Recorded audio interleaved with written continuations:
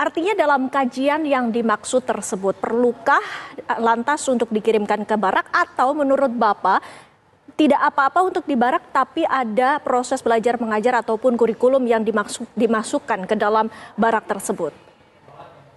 Ya tentu dari awal juga kami meminta untuk dilakukan kajian, tetapi mitra kami langsung adalah Kementerian Pendidikan Dasar dan Menengah.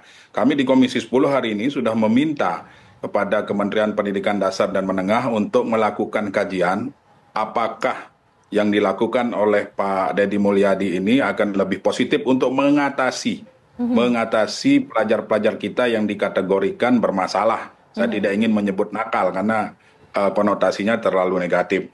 Kemudian selain kajian, tentu kami ingin melihat juga pendapat-pendapat dari para pakar-pakar pendidikan.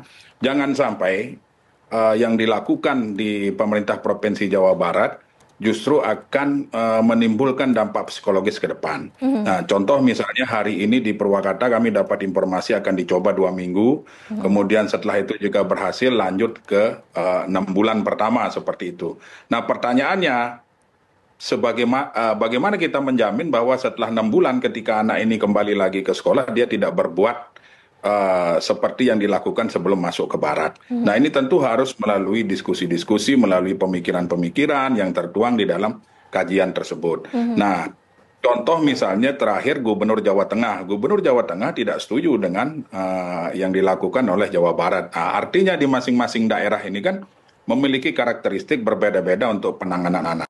Tetapi yang ingin saya katakan bahwa jangan sampai kebijakan-kebijakan yang dilakukan kepada pendidikan kita, baik di Jawa Barat, di Jawa Tengah, menghilangkan hak anak tersebut untuk memperoleh pendidikan yang layak bagi mereka. Seperti itu, Mbak. Pak Lalu, tadi Anda sebutkan bahwa 14 hari ataupun dari berbulan-bulan tersebut, menurut Anda sendiri efektif atau tidak?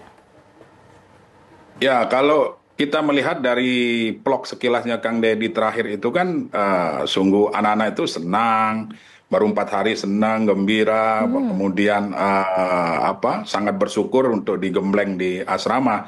Tetapi kita belum tahu ke depan seperti apa. Kemudian yang menjadi pertanyaan besar saya, bagaimana pendidikan mereka yang harusnya sehari-hari mereka dapat di sekolah, kemudian di asrama ini seperti apa? Ini yang belum dijelaskan. Nah, jadi ini mohon dijelaskan.